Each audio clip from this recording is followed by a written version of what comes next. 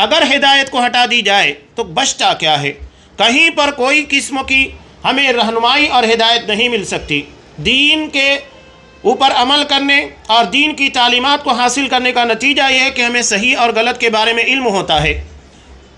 اگر دین کو ہٹا دیا جائے تو نتیجہ یہ ہوگا کہ دنیا میں صرف اختلافات ہوں گے۔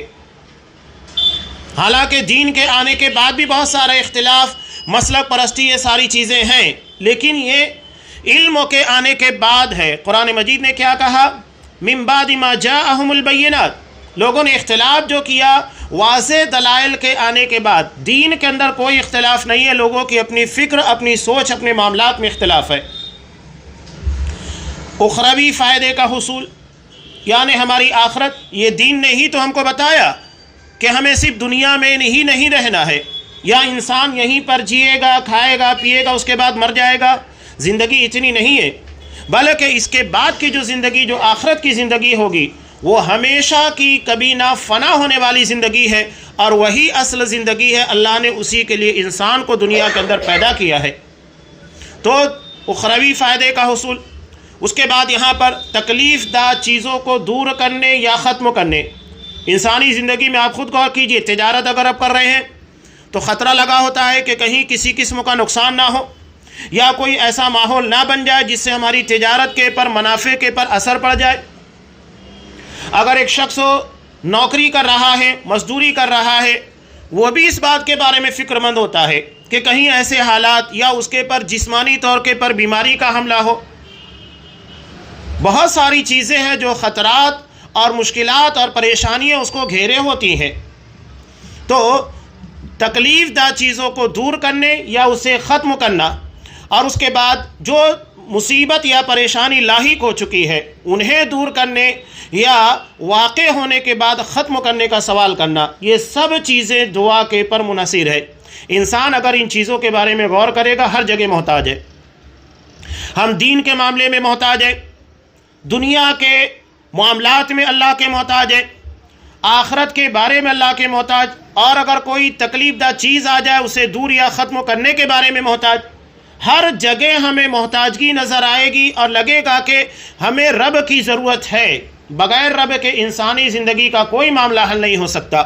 تو وہی صاحب کتاب کہہ رہے ہیں کہ ان چیزوں کے پر غور کرنے کے بعد انسان کو اس بات کا علم ہوگا کہ وہ ہر چیز کے لیے اللہ کا محتاج ہے۔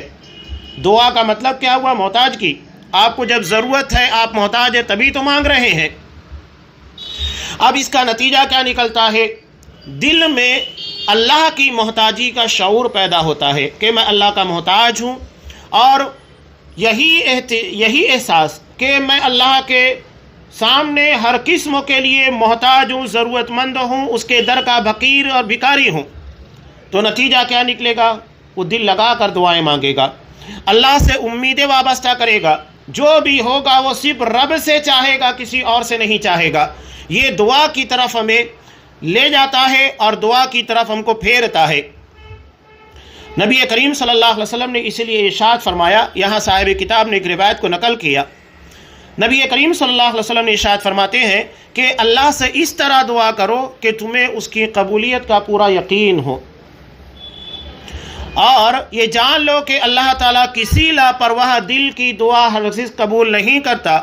اسے حاکم نے روایت کیا ہے اپنی مستدرک کے اندر، اور امام ترمذی رحمۃ اللہ علیہ نے بھی روایت کیا ہے، اور علامہ البانی رحمۃ اللہ علیہ نے اس کو حسن قرار دیا ہے، یعنی یہ روایت قابل قبول ہے۔ آپ صلی اللہ علیہ وسلم نے یہ جو بات کہی کہ اللہ سے اس طرح دعا کرو کہ دعا کے قبول ہونے کا پورا یقین ہو، اس کا مطلب کیا ہے؟ یقین میں پہلی چیز یہ کہ اللہ دعا سن رہا ہے، تبھی تو یقین ہوگا کہ اللہ ہماری دعا سن رہا ہے تو عطا کرے گا، سننے کا یقین ہو۔ اور دوسری بات یہ ہے کہ ہم اللہ سے جو بھی مانگ رہے ہیں وہ اس چیز کو حل کرنے کی پوری طاقت اور پوری قدرت رکھتا ہے۔ اگر آپ ایک ڈاکٹر کے پاس جائیں گے، اس کو جا کر کہیں گے آپ کے اپنے گھر کے بنانے کا مسئلہ ہے، انجینئرنگ فیلڈ سے متعلق کچھ مسائل ہیں، وہ آپ کی باتیں سن لے گا، سمجھ بھی لے گا، لیکن وہ کر نہیں سکتا۔ کیوں نہیں کر سکتا؟ اس لیے کہ اس کے پاس اس کی قدرت نہیں ہے، صلاحیت نہیں ہے۔ تو جب ہم اللہ سے پورے یقین کے ساتھ مانگ رہے ہیں تو جو بھی مانگ رہے ہیں اللہ ہم کو وہ عطا کرے گا، اس کے پاس اس کی قدرت ہے، اللہ ہر چیز پر قادر ہے۔ تو اللہ سے مانگتے وقت تو یہ نہیں سوچنا ہے کہ اللہ دے گا کہ نہیں دے گا، یہ چیز اللہ کے بس میں ہے کہ نہیں ہے، یہ سب باتیں دعا کے کرتے وقت تو نہیں سوچنا ہے۔ اور نہ ذہن و دماغ میں کبھی آنا چاہیے کہ ہماری دعاؤں کو اللہ سن تو لے گا، لیکن کیا ان چیزوں کو وہ حل کر سکتا ہے، یا جو چیز ہم مانگ رہے ہیں اس کو عطا کر سکتا ہے؟ نہیں، یہ ذہن میں باتیں وسوسے نہیں آنا چاہیے۔ تو اللہ کے رسول نے کیا کہا؟ اس کی قبولیت کا پورا یقین ہو، صرف سننے کا نہیں، قبولیت کا، یعنی جو مانگا جا رہا ہے وہ اس کو عطا کرے گا۔ اور اس کے پہلے بھی ایک روایت بار بار گزری ہے مسلم کی، جس میں اللہ تبارک و تعالیٰ نے اپنے بندوں سے کہا کہ میرے بندو، اگر تم سب کے سب آدم علیہ السلام سے لے کر قیامت تک کے آخری انسان ایک میدان میں کھڑے ہو کر جو بھی مانگنا ہے وہ مانگ لو، میں ہر کسی کی مراد، ہر کسی کی تمنا کو پوری کروں گا، اور اس سے میرے خزانے کے اندر کوئی کمی واقع نہیں ہوگی، صرف اتنی ہی جتنا سمندر میں سوئی کو ڈبونے کے بعد ہوتی ہے، یعنی کچھ بھی نہیں۔ تو یہ اللہ کی عطا ہے، اس کا کوئی انتہا نہیں، کوئی سرا نہیں، اور اس کی کوئی لمٹ نہیں ہے۔ ہماری سوچ، ہماری تمناؤں اور ہماری امیدوں کی ایک حد ہوتی ہے، لیکن اللہ، اس کی عطا کا کوئی سلسلہ نہیں ہے، اس کی کوئی انتہا نہیں ہے۔ تو دعا مکمل یقین کے ساتھ کہ اللہ اس کو قبول کرے گا مانگنا چاہیے، اور یہ جان لو کہ اللہ تعالیٰ کسی لاپرواہ دل کی دعا ہرگز قبول نہیں کرتا۔ دعا آپ جب مانگ رہے ہیں تو دل لگا کر دعا مانگنی چاہیے۔ آگے اس ضمن میں کچھ مسائل بھی آئیں گے کہ جب دعا مانگی جاتی ہے تو ایسا لگتا ہے کہ دماغ کہیں اور ہوتا ہے، خیالات کہیں اور ہوتے ہیں، نگاہیں کہیں اور ہوتی ہیں۔ یہ دعا رسم نہیں ہے بلکہ عبادت ہے، اور عبادت دل لگا کر کی جاتی ہے اور مکمل یقین کے ساتھ کی جاتی ہے۔ تو یہ رسم نہیں ادا کر رہے ہیں کہ آپ دعا مانگ رہے ہیں تو کوئی رسم ادا کر رہے ہیں، بس زبان سے الفاظ نکل گئے، بات ختم ہو گئی، نہیں، بلکہ دل مکمل طور سے لگا ہونا چاہیے تاکہ اللہ ہماری دعاؤں کو سننے کے بعد اسے شرف قبولیت بخشے۔ تو آپ صلی اللہ علیہ وسلم نے واضح کر دیا کہ جان لو کہ اللہ تعالیٰ کسی لاپرواہ دل کی دعا ہرگز قبول نہیں کرتا۔ چاہے آپ صلی اللہ علیہ وسلم کی جامع ترین دعاؤں کو آپ مانگیے، قرآن مجید کی دعاؤں کا اہتمام کیجیے، اگر اس میں دل نہیں لگا ہوا ہے تو اللہ کے ہاں وہ قبول ہونے والی نہیں ہے۔ دیکھیں یہاں پر صاحب کتاب نے ایک بہت پیاری مثال بیان کی ہے کہ اللہ تعالیٰ نے پریشان حال شخص کے بارے میں بیان کیا۔ کیا کہا؟ اللہ ارشاد فرماتا ہے امن یجیب المضطر اذا دعاہ ویکشف السوء، سورہ نمل آیت نمبر 62 میں اللہ نے ارشاد فرمایا کون ہے جو بے قرار کی دعا کو سنتا ہے جب کہ وہ اسے پکارے، اور کون اس کی تکلیف رفع کرتا ہے۔ یہاں خاص طور سے اللہ نے پریشان حال شخص کا تذکرہ کیا۔ آپ دنیا میں بھی دیکھ لیجئے، اگر کوئی شخص بیماری کے اندر جوجھ رہا ہے تو جتنی شدت کے ساتھ وہ دوا کی تلاش کرے گا کوئی دوسرا نہیں کر سکتا۔ اگر ایک شخص مالی اعتبار سے دنیا میں پریشان ہے تو جتنی شدت کے ساتھ وہ مال کی تلاش کرے گا، نوکری کی تلاش کرے گا، یا اپنے مسائل حل کرنے کی کوشش کرے گا، دوسرا نہیں کر سکتا۔ تو اللہ نے یہاں پر پریشان حال کا تذکرہ کیا، اس لیے کہ پریشان حال جتنی دل لگا کر اور جتنی اللہ کی طرف توجہ دے کر دعا مانگے گا دوسرا نہیں مانگ سکتا ہے۔ اسی لیے اللہ نے کہا کون ہے جو بے قرار کی دعا سنتا ہے، بے قرار جسے بے چینی ہے، پریشانی ہے، مشکل میں گرا ہوا ہے، جب وہ اسے پکارے، اور کون اس کی تکلیف رفع کرتا ہے، دور کرتا ہے، یہ صرف اللہ تبارک و تعالیٰ ہے۔ تو دعا میں خاص طور سے اضطرار کا، پریشانی کا، بے قراری کا تذکرہ کیا گیا ہے۔ ہاں، یہاں پر اسی سے جڑی ایک بات اور بھی ہے جو صاحب کتاب نے یہاں پر بیان کی ہے کہ یہ بات تو عام طور سے ہم دیکھتے ہی ہیں کہ اگر کوئی شخص پریشان حال ہے، بیمار ہے، یا کوئی زندگی کے اندر اور بھی مشکل اس کی آ چکی ہے تو وہ دعا کا اہتمام کرتا ہے، دل لگا کر گڑ گڑا کر دعائیں مانگتا ہے۔ لیکن جب اس کی زندگی کے اندر خوشحالی آتی ہے، پریشانیاں دور ہو جاتی ہیں، تو دعا کے اندر وہ کیفیت اور دعا کا وہ اہتمام باقی نہیں رہتا، تو یہ اچھی چیز نہیں ہے۔ یہاں پر نبی کریم صلی اللہ علیہ وسلم سے ایک روایت کو انہوں نے نقل کیا جسے امام ترمذی، امام حاکم نے مستدرک کے اندر نقل کیا ہے اور علامہ البانی نے صحیح حسن قرار دیا ہے۔ آپ صلی اللہ علیہ وسلم نے ارشاد فرمایا، جو شخص یہ چاہتا ہے کہ اللہ اس کی دعاؤں کو مشکلات و پریشانی میں بھی قبول کرے، اسے چاہیے کہ خوشحالی میں بھی بکثرت اللہ سے دعا کرے۔ یہاں آپ ایک بات غور کیجئے، ہماری زندگی کے اندر اگر خوشحالی ہے، اچھا کاروبار چل رہا ہے اور انکم اچھی ہے، کاروبار ترقی کر رہا ہے، تو انسان کیا کہتا ہے کہ اس موقع کے پر ہمیں اتنا بچا لینا چاہیے جو ہمارے آنے والے مشکل وقتوں میں کام آ سکے۔ تو آپ صلی اللہ علیہ وسلم نے دعا کے تعلق سے بھی وہی کہا کہ صرف پریشانی میں دعا کا اہتمام کرنا، اس کی فکر کرنا صحیح نہیں ہے، بلکہ خوشحالی میں اس کا اہتمام کرنا چاہیے۔ اور نتیجہ یہ نکلتا ہے کہ جو شخص خوشحالی میں بکثرت اللہ سے دعا کرتا ہے تو پریشان حالی میں بھی اللہ اس کی دعا کو قبول کرتا ہے۔ ایسا نہیں ہے کہ آپ صلی اللہ علیہ وسلم نے یہ کہا کہ پریشان حالی میں اس کی دعا نہیں قبول کرے گا، یہ امید کو بڑھا دیتی ہے۔ تو ہمیں چاہیے کہ دونوں حالتوں میں اللہ سے دعا کرتے رہنا چاہیے، جیسا کہ عبادت، نماز اور دیگر روزہ، حج و زکوٰۃ کا اہتمام عام حالتوں میں بھی کیا جاتا ہے، تو اس کا اہتمام کیا جاتا ہے۔ تو ہم یہاں پر یہ نہیں دیکھتے کہ پریشانی ہے یا خوشحالی، ہر دو وقتوں میں ان ساری چیزوں کا اہتمام ہوتا ہے، اسی طرح دعا کا بھی اہتمام ہونا چاہیے۔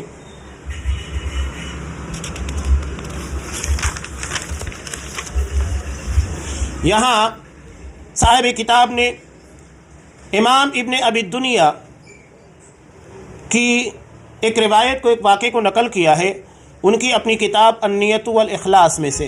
یہ واقعہ ہے حضرت عمر بن عبدالعزیز رحمہ اللہ کا۔ دعا کی حقیقت سے متعلق باتیں چل رہی ہیں۔ آپ صلی اللہ علیہ وسلم نے کہا کہ اللہ کسی غافل لاپرواہ دل کی دعا قبول نہیں کرتا۔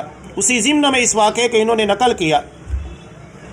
حضرت عمر بن عبدالعزیز رحمہ اللہ کا گزر ایک شخص کے پاس سے ہوا جو اپنے ہاتھ میں کنکریاں کھیل رہا تھا اور دعا کر رہا تھا، اے اللہ میرا نکاح حور عین سے کر دے۔ وہ وہاں پر رکے اور اس سے کہا کہ تو کتنا برا دعا گو ہے کہ تو نے دعا کرتے وقت تو کنکریاں کیوں نہیں پھینک دی، اور دعا میں اللہ سے خلوص کے ساتھ کیوں نہیں مانگا؟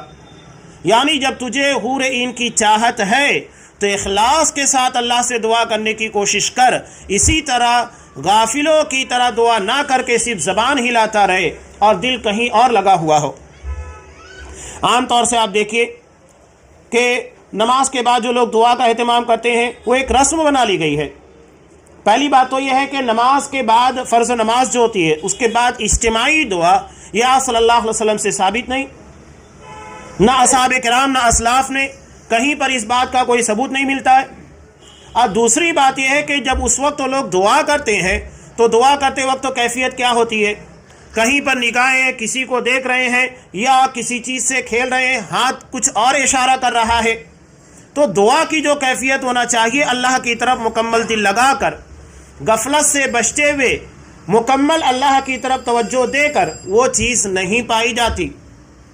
یہاں حضرت عمر بن عبدالعزیز نے وہی کہا کہ تو کنکری کھیل رہا ہے اور اللہ سے دعا مانگ رہا ہے کہ اللہ تجھے حور عین کے ساتھ نکاح کرا دے، یہ کیسے ہو سکتا ہے؟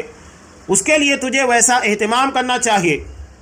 تو جیسی دعا ہو اسی کے بقدر اہتمام ہو، اور دعا چاہے چھوٹی چیز کی ہو یا بڑی چیز کی، یہ بات ذہن و دماغ کے اندر ہمیشہ رہنا چاہیے کہ یہ عبادت ہے۔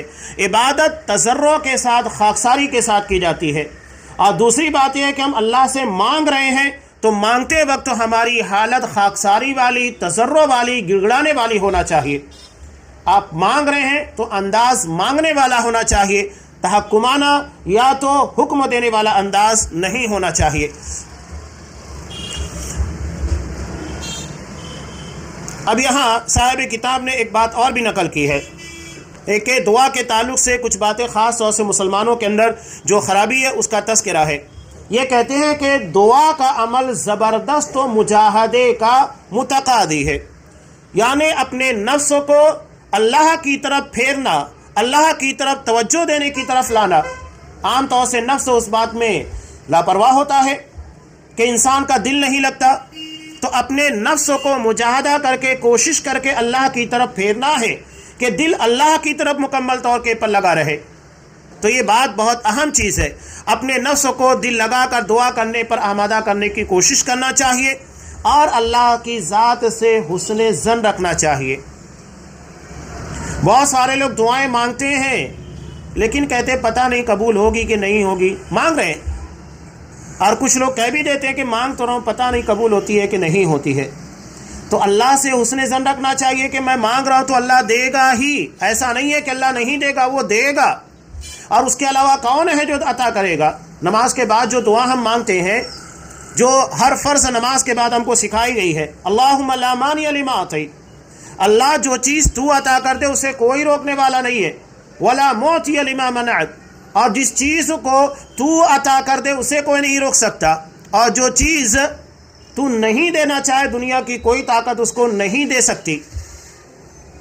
تو جب ساری چیز اسی کے اختیار میں ہے تو اللہ سے حسن ظن رکھنا چاہیے کہ اللہ وہ چیز ہم کو عطا کرے گا. اللہ کے بارے میں بدگمان نہیں ہونا چاہیے. یہاں صاحب کتاب نے نقل کیا کہ کچھ لوگ یہ کہتے تجربے کے طور پر دعا، چلو دیکھتے ہیں مانگ کر ملتی ہے کہ نہیں، دعا قبول ہوتی ہے کہ نہیں ہوتی ہے، تھوڑا تجربہ کر لیتے ہیں، ٹرائی کرتے ہیں. نہیں، یہ عبادت ہے، یہ بندگی ہے، اس میں ٹرائی کرنا، تجربہ کرنا، یہ سب چیزیں بے معنی ہیں. آپ نے کہہ دیا کہ مکمل یقین کے ساتھ مانگو تو یقین ہی ہونا چاہیے. ذرہ برابر غفلت نہیں ہوگی، ذرہ برابر شک نہیں ہوگا، ذرہ برابر یقین کے خلاف کوئی چیز نہیں پائی جانی چاہیے. مکمل یقین کے ساتھ اللہ کی جناب میں اپنے ہاتھوں کو پھیلاؤ، دعا مانگو. یہاں ضمناً ایک واقعہ میں آپ کے سامنے نقل کروں، حقیقی واقعہ اورنگ آباد کا، دعا سے متعلق بات ہے اس لیے اس چیز کو میں بیان کر رہا ہوں. دعا جیسا کہ یہاں پر لوگ کہتے ہیں کہ تجربے کے طور پر مانگ لیتے ہیں، کوشش کرتے ہیں، ٹرائی کرتے ہیں، اسی چیز کو میں بیان کر رہا ہوں. دعا کے بارے میں یقین ہو، صحیح بات ہے، مکمل یقین، لیکن جو چیز ہم مانگ رہے ہیں اس کا عطا کرنا اللہ کے اختیار میں. اگر وہ چیز مناسب ہوگی تو یقیناً اللہ دے گا. دعا اگر سارے ضابطوں کے ساتھ مانگی گئی تو یقیناً دے گا، ایسا نہیں ہے. لیکن دعا آرڈر نہیں ہوتا ہے. دعا دراصل اللہ سے درخواست ہے، التجا ہے.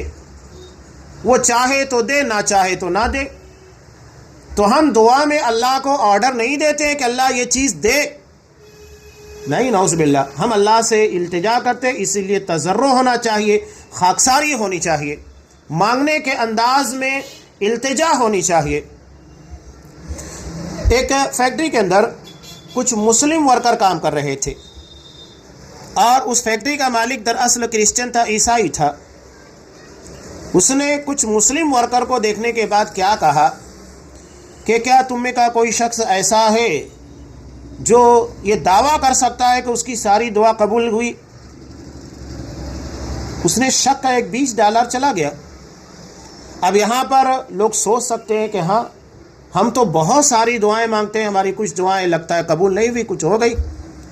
اس کا مطلب ہے کہ نعوذ باللہ اللہ تبارک و تعالی رب حقیقی نہیں ہے کہ کچھ ہو رہا ہے کچھ نہیں ہو رہا ہے. انسان کے ذہن و دماغ کے اندر یہ شبہ ڈالا جا رہا تھا. تو دوسرے دن انہی میں سے ایک مسلمان نے جب وہ شخص آیا اس سے سوال کیا، ایک شخص سے اس بارے میں ڈسکس کرنے کے بعد جب جیسے ہی فیکٹری کا مالک آیا تو کہا کہ ٹھیک ہے، ہم تو دعویٰ نہیں کرتے کہ ہماری ساری دعا قبول ہوئی، لیکن ایک بات یہ بتاؤ کہ آپ عیسائی ہیں، حضرت عیسیٰ علیہ الصلاۃ والسلام کو رب مانتے ہیں، معبود مانتے ہیں، ان کی عبادت کرتے ہیں. چلیے ہمارے سامنے آپ دعا کیجئے کہ یہ جو صوفہ سیٹ رکھا ہوا ہے یہ سونے کا بن جائے، دعا کیجئے. وہ اس نے کچھ کہا نہ، کوئی بات سنی، سیدھے واپس چلا گیا. اس لیے کہ جو شبہ ڈالنے کی کوشش کر رہا تھا کہ اگر تو یہ کہہ رہا ہے کہ مسلمانوں کی ہر دعا قبول نہیں ہوتی تو تیری دعا کہاں قبول ہو رہی ہے؟ وہ معاملہ تو تیرے ساتھ بھی جڑا ہوا ہے. اس کو یقین تھا کہ میں دعا مانگوں گا تو نہیں ہوگا یہ معاملہ. یعنی تو خود اپنے دین کے معاملے میں اس طرح شک اور شبہات کے بارے میں ہے اور تو ہم کو یہ کہہ رہا ہے. حقیقت یہ ہے کہ دعا اللہ بہتر جانتا ہے، جو کہ علیم ہے، حکیم ہے. ہماری حالت تو بچے کی طرح ہے. ہمارے اپنے بچے بھی ہمارے سامنے کبھی بیماری میں ایسی چیزوں کا مطالبہ کرتے ہیں جس کو خاص طور سے ڈاکٹر منع کرتا ہے کہ بچوں کو یہ چیز نہیں دینا، تو ہم نہیں دیتے. حالانکہ اس چیز کو دینے کی ہمارے پاس قدرت ہے، طاقت ہے، سب کچھ ہے، لیکن نہیں دیتے ہیں۔ کیوں نہیں دے رہے؟ وہ بچے کے فائدے کے لیے ہے۔ تو ایسے ہی بہت ساری دعائیں اللہ سے ہم مانگتے ہیں جو ہمارے فائدے کے لیے نہیں ہوتی ہے۔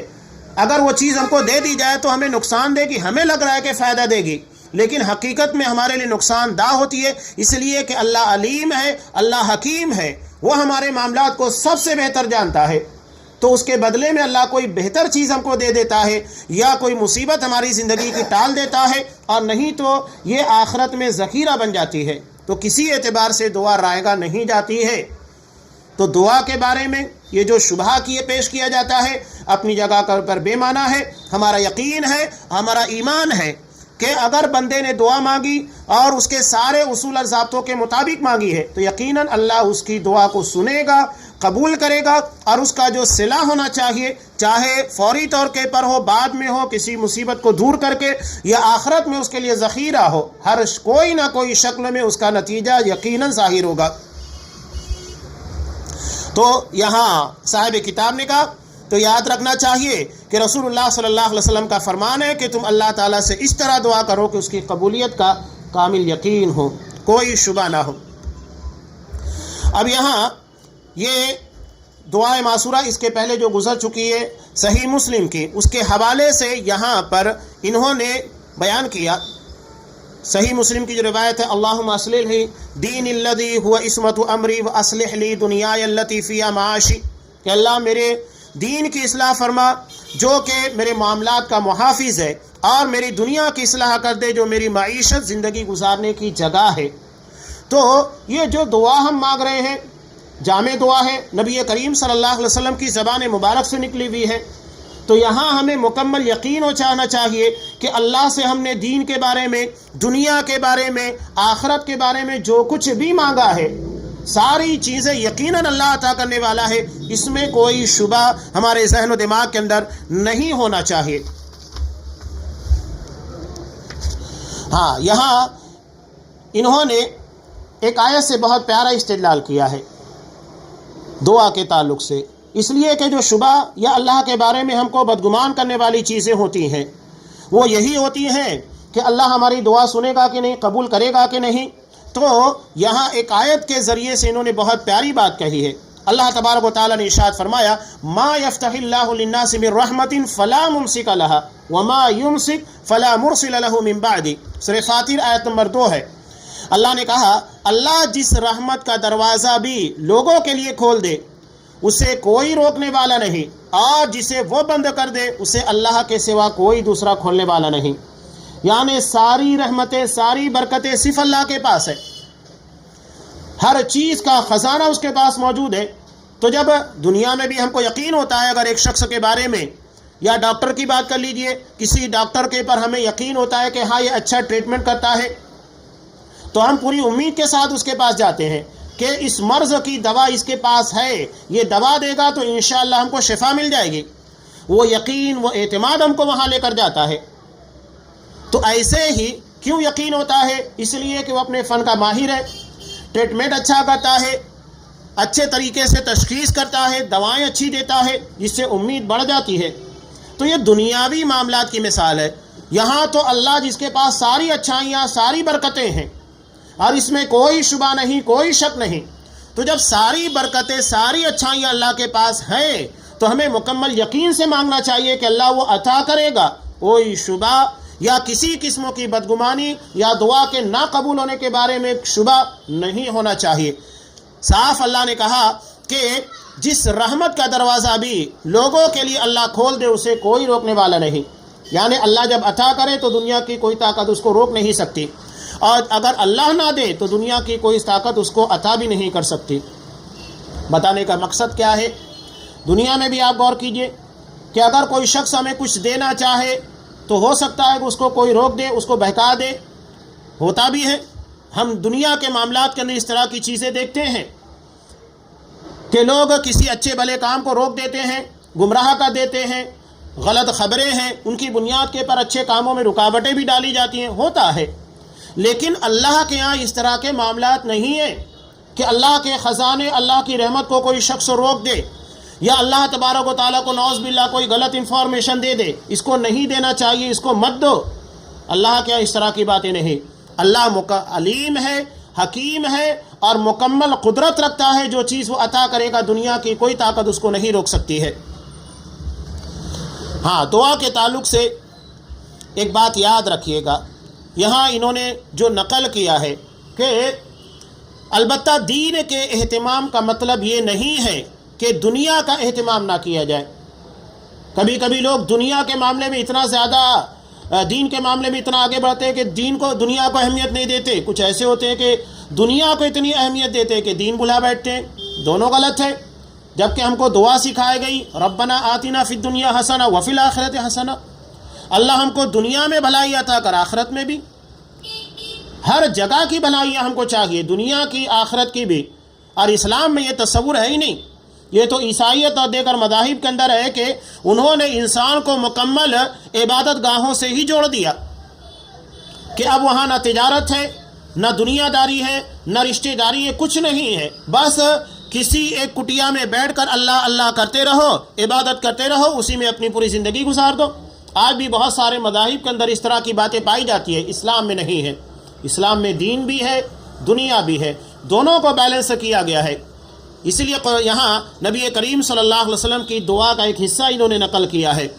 آپ صلی اللہ علیہ وسلم اللہ سے دعا مانگتے تھے، وَلَا تَجْعَلِ الدُّنْيَا أَكْبَرَ هَمِّنَا وَلَا مَبْلَغَ عِلْمِنَا، کہ اللہ دنیا کو ہمارا سب سے اہم مقصد نہ بنا. یعنی ایسا نہ ہو کہ صرف دنیا میں ہی لگ جائیں اور اپنی آخرت اور اپنے دین کو بھلا بیٹھے. نہیں، مکمل دنیا کو ہی ہمارا مقصد نہ بنا اور نہ ہی اسے ہمارے علم کی انتہا بنا. علم کی انتہا کا مطلب کیا ہے؟ یعنی ہم دنیا کے علاوہ دین، آخرت، ان ساری چیزوں کے بارے میں جانے ہی نہ.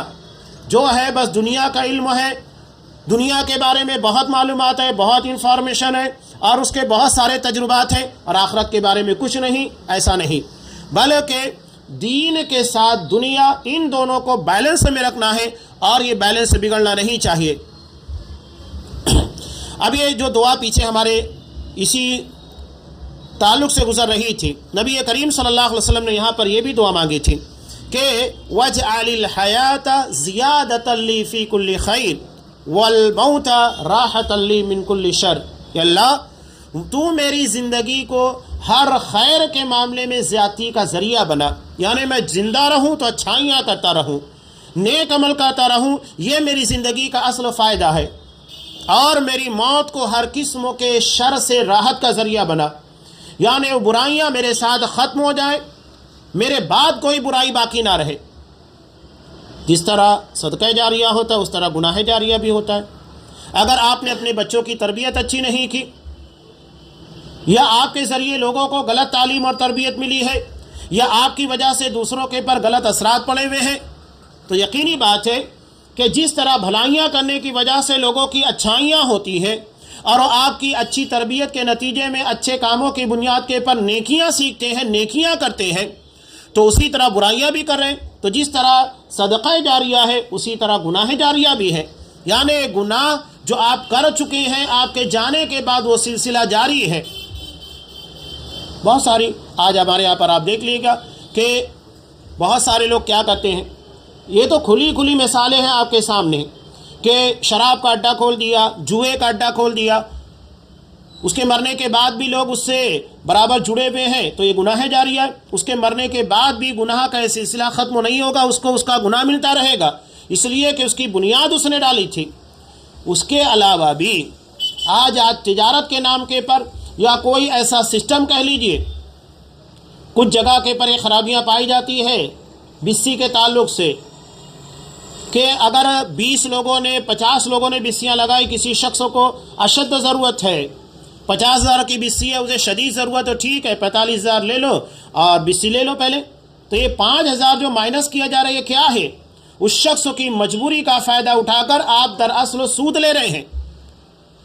اب یہ طریقہ جس نے رائج کیا اس کے بعد بھی لوگ اس کے پر عمل کر رہے ہیں، اسی سسٹم کو فالو کر رہے ہیں، تو یقینی بات ہے گناہ جاریہ ہے کہ آپ کی وجہ سے لوگوں نے سود کھانے کمانے کا ایک ذریعہ حاصل کر لیا. تو صدقہ جاریہ کے ساتھ ساتھ گناہ جاریہ بھی ہوتا ہے جو آپ کے مرنے کے بعد لوگوں کو گمراہ کرتے رہتا ہے. اور اس طرح کتابیں بھی ہیں اگر آپ نے کوئی ایسی کتاب لکھ دی جو گمراہی کی دعوت دیتی ہے، یہ مسلک کے نام کے پر لکھی جانے والی کتابیں کیا ہیں؟ کوئی نبی کریم صلی اللہ علیہ وسلم کے تعلق سے تقریر کر کے چلا گیا کہ آپ صلی اللہ علیہ وسلم انسان نہیں تھے، بشر نہیں تھے، نور تھے۔ کوئی آپ صلی اللہ علیہ وسلم کو عالم الغیب ثابت کر کے، تقریر کر کے، کتاب لکھ کر چلا گیا۔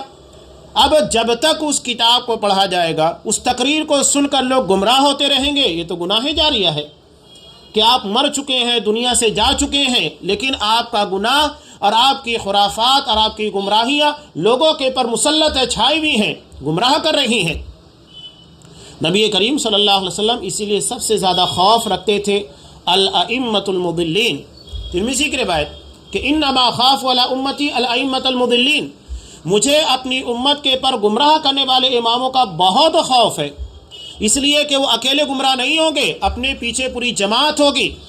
آج آپ مثال لے لیجئے بریلویت کی، اخوانیت کی لے لیجئے، تحریکیت کی مثال لے لیجئے، رافضیت کی، شیعت کی مثال لے لیجئے۔ ان کے ائمہ دنیا سے چلے گئے، لیکن جانے کے بعد ان کی کتابیں، ان کی تقاریر موجود ہیں۔ یہ لوگوں کی گمراہی کا بلکہ گمراہیوں میں اضافے کا ذریعہ بن رہی ہیں۔ تو یہ دعا ان کے حق میں نہیں ثابت ہوتی ہے۔ جو دعا مانگی گئی کہ والموت راحۃ لی من کل شر، کہ میری موت کو ہر قسم کے شر سے راحت کا ذریعہ بنا، یہاں تو شر رکا نہیں بلکہ اور پھیل رہا ہے، برائیاں اور پنپ رہی ہیں، اور زیادہ لوگ گمراہ ہو رہے ہیں۔ تو یہ بہت اہم دعا ہے جو آپ صلی اللہ علیہ وسلم نے سکھائی ہے۔ یوں سمجھ لیجئے کہ ساری اچھائیاں اس میں شامل ہو جاتی ہے، اور ہر قسم کے خطرات، چاہے وہ زندگی میں ہو یا مرنے کے بعد کے ہو، ہر قسم کے خطرات سے بچاؤ کا ذریعہ بھی بنتی ہیں۔ اب یہاں جب یہ دعا ہم مانگ رہے ہیں کہ اللہ میری زندگی کو ہر قسم کے خیر کا ذریعہ بنا اور میری موت کو ہر قسم کی برائی سے راحت کا، تو یہاں چند اہم سوالات ہیں جو صاحب کتاب نے اٹھائے۔ پہلا سوال، کیا آپ کی عمر میں زیادتی کی جائے گی؟ سوال ہے، کیا آپ کے لیے چند دن، چند مہینے، چند سال کی عمر لکھ دی گئی ہے؟ کیا آپ زندگی کے تھوڑے ہی دن باقی رہ گئے ہیں؟ آنے والے دنوں میں آپ کا کیا معاملہ ہوگا؟ یہ سب غیب کی باتیں ہیں، بندے کو نہیں پتہ ہے کہ میری عمر میں کتنی زیادتی ہوئی اور کتنے دن اللہ نے مجھ کو زندگی عطا کی ہے اور میری زندگی کے کتنے دن باقی رہ گئے ہیں، اور آنے والے دنوں میں میرے ساتھ کیا ہوگا، کیا اچھا کیا برا ہوگا، میں نہیں جانتا۔ یہ تمام تر چیزیں غیب کی ہیں جسے کوئی نہیں جانتا ہے۔ اس کا مطلب یہ ہے کہ ہم اللہ کے محتاج ہوئے، ان چیزوں کے بارے میں ہم نہیں جانتے۔ دنیا میں بھی اگر کسی کاروبار کے بارے میں ہم کو علم نہیں ہے تو ہم کیا کرتے ہیں؟ جو اس کاروبار کے بارے میں تجربہ رکھتا ہے، علم رکھتا ہے، اچھی معلومات رکھتا ہے، اس کے پاس جاتے ہیں تاکہ وہ اس کے بارے میں ہمیں آگاہ کرے اور ہم اس کو بہتر طور پر کر سکیں۔ حالانکہ اس کی انفارمیشن، اس کی باتیں کہیں کہیں غلط بھی ہو جاتی ہے، اکثر صحیح ہو، بہت ساری جگہ پر غلط بھی ہو جائے۔ تو یہ تو دنیاوی معاملات ہیں۔ آخرت کے بارے میں، دنیا کے تمام تر معاملات میں اللہ تبارک و تعالیٰ کے ہم محتاج ہیں، اور اللہ سے بڑھ کر ہمارا کوئی خیر خواہ نہیں ہے۔ انسان بھی ہو سکتا ہے کہ مکمل خیر خواہی کرے لیکن معلومات دینے میں کہیں کوتاہی ہو جائے، یا آپ کو بتانے میں، تجربات کے بارے میں کہیں پر کوئی مسٹیک ہو جائے، ہو سکتا ہے۔ اور یہ بھی ہو سکتا ہے کہ آپ کے ساتھ خیر خواہ نہ ہو، غلط مشورہ دے دے، جس وقت جو چیز کرنا چاہیے وہ نہ کرنے دے، کوئی اور چیز کا مشورہ دے دے۔ تو یہ ہو سکتا ہے، لیکن اللہ تبارک و تعالیٰ بندوں کے ساتھ کسی بھی قسم کی کوئی خیانت، کوئی غلط کام نہیں کرے گا۔ تو بندہ اللہ سے جتنی امید لگائے، کسی اور سے نہیں۔ اللہ تبارک و تعالیٰ سے اسے مکمل امید لگانا چاہیے کہ اللہ اس کے حق میں خیر خواہ ہے، اس کے کسی معاملے کو نہیں بگڑنے دے گا۔ تو جب ان تمام تر معاملات میں ہم اللہ کے محتاج ہیں تو اللہ سے دل لگا کر دعائیں مانگی جائے اور یقین رکھا جائے کہ اللہ ان دعاؤں کو یقیناً قبول کرنے والا ہے۔ چنانچہ ہمیں کیا کرنا چاہیے؟ دھیان دینا چاہیے خاکساری پر، تضرع پر، الہا و زاری، اور جو مانگ رہے ہیں اس کی طلب میں کمال ہونا چاہیے۔ کبھی کبھی آپ دیکھیے کہ کوئی بھکاری ایسا بھی ہوتا ہے کہ آپ اس کو، وہ مانگتا ہے ایک مرتبہ، دو مرتبہ، آپ اس کو جھڑک بھی دیتے ہیں، واپس بھی کر دیتے ہیں، لیکن حقیقت کبھی کبھی ایسی ہوتی ہے کہ وہ ضرورت مند ہوتا ہے۔ وہ ایک مرتبہ، دو مرتبہ کے بعد بھی آپ کے پاس جھڑکنے کے باوجود بھی نہیں جاتا، وہ اور زیادہ دل لگا کر آپ سے مانگتا ہے کہ نہیں آپ دے دیجئے، میں ضرورت مند ہوں، مجھے اس چیز کی ضرورت ہے، میں کوئی پیشہ ور شخص نہیں ہوں، تو بندہ جو نہیں دینے والا ہوتا ہے وہ دے دیتا ہے۔ اس کی الہا و زاری کی بنیاد کے پر بار بار اصرار کرنے کی وجہ سے، یہاں تو بندہ بندے کے سامنے اس طرح کے معاملات رکھتا ہے، ہم اللہ کے سامنے مانگ رہے ہیں جو یقیناً ہر چیز ہم کو عطا کرے گا اور ہر چیز اسی کے پاس سے ملنے والی ہے۔ تو ہماری دعاؤں کے اندر کتنی الہا و زاری ہونا چاہیے، کتنا دل لگا کر مانگنا چاہیے، یہ بہت زیادہ اہمیت رکھتا ہے۔ صاحب کتاب اسی چیز کو یہاں پر بیان کر رہے ہیں۔ آگے یہ بیان کرتے ہیں کہ جان لو کہ شریعت اسلامیہ میں دعا کا مقام بہت بلند ہے، بہت، اور اس کی مثالیں یہاں پر وہ پیش کر رہے ہیں۔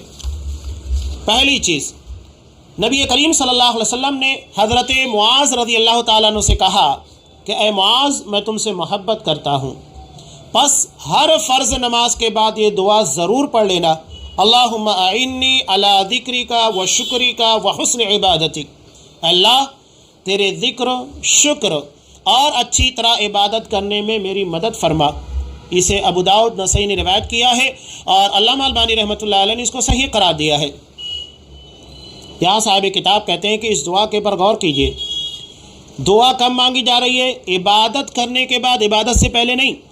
آپ نماز پڑھ چکے ہیں، اس کے بعد اللہ سے دعا مانگ رہے ہیں کہ اللہم اعنی علی ذکرک، اے اللہ تیرے ذکر کے پر، و شکرک تیرے شکر پر، اور تیری اچھی عبادت پر میری مدد کر۔ جبکہ آپ عبادت کر چکے ہیں، اس کے بعد اللہ سے دعا مانگ رہے ہیں کہ اللہ تو ان چیزوں کے پر میری مدد فرما۔ مدد فرمانے کا مطلب کیا ہے؟ سب سے پہلی چیز یہ ہے کہ میں نے ابھی جو نماز ادا کی ہے وہ تیری توفیق سے اور تیرے احسان کی بنیاد کے پر، اور میں چاہتا ہوں کہ یہ احسان اور یہ توفیق ہمیشہ باقی رہے، یہ ختم نہ ہو، اس لیے کہ تیری توفیق کے بغیر، تیرے احسان کے بغیر یہ چیزیں حل نہیں ہو سکتی۔ تو یہ بہت اہم چیز ہے کہ عبادت کرنے کے بعد اللہ سے دعا مانگی جا رہی ہے کہ اللہ اپنی ذکر، شکر اور بہترین عبادت کے پر میری مدد فرما، میرا تعاون فرما۔ یہاں انہوں نے صحابہ کرام کا ایک شعر بھی نقل کیا ہے۔ اصحاب کرام کئی موقع کے پر اس طرح کے شعر کو کہا بھی، یہ کہا کرتے تھے اللہ کی قسم اگر اللہ نہ ہوتا تو ہم ہدایت یافتہ نہیں ہوتے، نہ روزے رکھتے اور نہ ہی نمازیں پڑھتے، یہ سب اللہ کی توفیق اور اللہ تبارک و تعالیٰ کے احسان کی بنیاد کے پر ہے۔ اور اسی چیز کو یہاں دعا کی شکل میں آپ صلی اللہ علیہ وسلم نے حضرت معاذ سے کیا کہا تھا؟ میں تم سے محبت کرتا ہوں، اور یہ اسی محبت کا صلہ ہے کہ میں تمہیں یہ دعا سکھلا رہا ہوں۔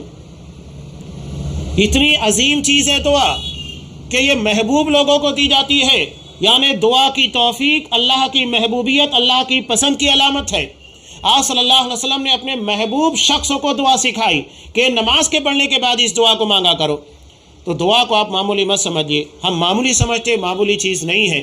دعا عبادت ہے، بندگی ہے، اور اللہ نے حکم دیا ہے کہ تم مجھ سے دعائیں مانگو، اس سے بڑھ کر اس کی اہمیت کیا ہو سکتی ہے۔ یہاں دوسری حدیث نقل کی حج کے تعلق سے، رسول اللہ صلی اللہ علیہ وسلم نے ارشاد فرمایا کہ حجاج کرام اور عمرہ کرنے والے اللہ کے وفد ہیں، اللہ بلاتا ہے اور اس کی پکار پر لبیک کہتے ہیں، وہ اللہ سے دعا کرتے ہیں اور وہ انہیں عطا کرتا ہے۔ اسے ابن ماجہ، ابن حبان اور طبرانی نے نقل کیا ہے اور علامہ البانی نے اس کو حسن قرار دیا ہے۔ آپ صلی اللہ علیہ وسلم نے حج ادا کرنے والے اور عمرہ کرنے والوں کے تعلق سے کیا کہا؟ اللہ کا وفد۔ وفد کون ہوتا ہے؟ جن کو دعوت دی جاتی، انوائٹ کیا جاتا ہے، بلایا جاتا ہے۔ اسی لیے حجاج کرام کو آپ جب وہاں پر جائیں گے ضیوف الرحمن کہا جاتا ہے، اللہ کے مہمان، یعنی جنہیں اللہ نے دعوت دی، اللہ نے بلایا ہے۔ تو یہ اللہ کی توفیق سے ممکن ہوا کہ آپ وہاں گئے حج ادا کرنے کے لیے، عمرہ ادا کرنے کے لیے، تو اسی چیز کو اللہ نے کہا، اس کی پکار پر لبیک کہتے ہیں۔ دوسری بات یہ بھی ہے کہ بہت سارے لوگ ایسے ہیں اللہ جن کو حج کی، عمرے کی طاقت دیتا ہے، توفیق نہیں مل پاتی ہے، رہتی ان لوگوں کے پاس اتنی طاقت کہ وہ حج ادا کر سکے، عمرہ کر سکے، نہیں کرتے ہیں، توفیق نہیں مل پاتی ہے۔ یہ بہت بڑی نعمت ہے کہ آپ اللہ کی توفیق مل جائے، اللہ کی، کہ آپ حج ادا کریں، عمرہ ادا کریں۔ طاقت کے بعد توفیق کا ہونا بھی بہت ضروری ہے۔ وہ اللہ سے دعا کرتے ہیں اور وہ انہیں عطا کرتا ہے۔ وہاں پر آپ دیکھیے کہ خاص طور سے حج کے موقع کے پر کثرت کے ساتھ دعائیں مانگی جاتی ہے. اور یہ جو تلبیہ ہے لبیک اللہم لبیک، مطلب کیا ہے؟ اللہ حاضر ہوں، تو نے ہم کو بلایا اور تیری پکار کے پر ہم یہاں پر آ چکے ہیں. تو یہ اللہ کا بلاوا ہے، اللہ کے مہمان ہوتے ہیں، ضیوف الرحمن ہوتے ہیں جو وہاں پر پہنچتے ہیں.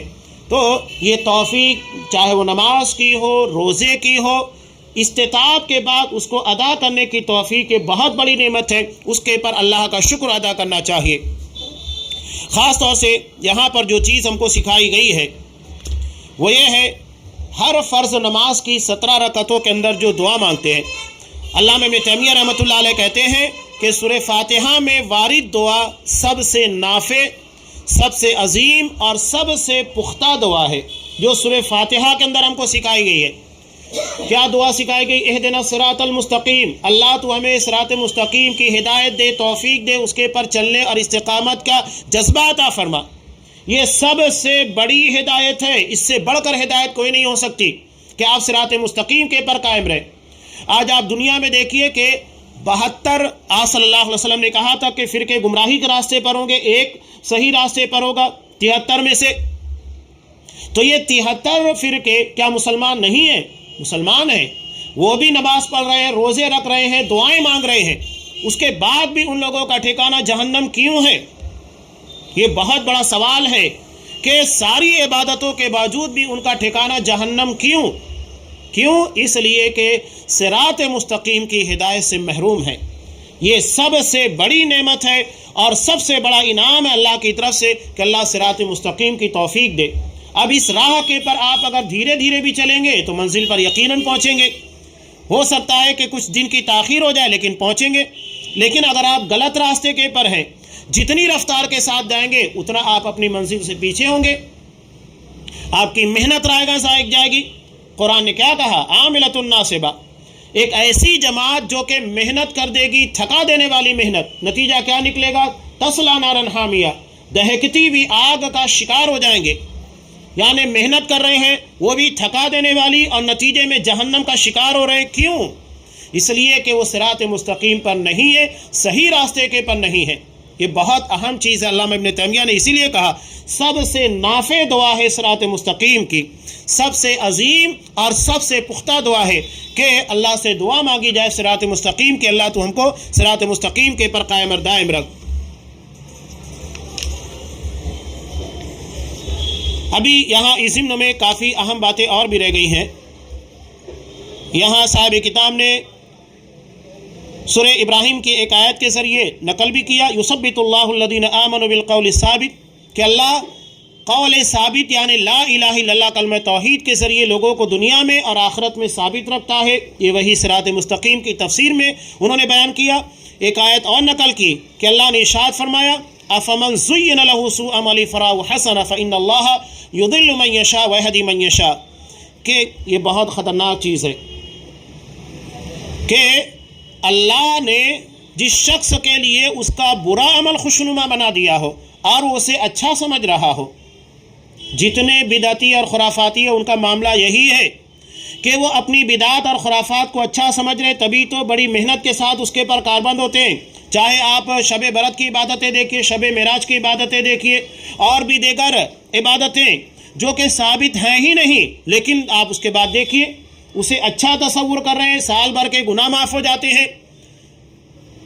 یہ سب کیا ہے؟ یہ وہی ہے جن کے برائیوں کو، جن کے عمل کو خوشنما بنا دیا گیا ہے، حالانکہ وہ عمل اچھا نہیں ہے جسے لوگ اچھا سمجھ رہے ہیں. تو اللہ جس کو چاہتا ہے گمراہ کرتا ہے، جس کو ہدایت دیتا ہے.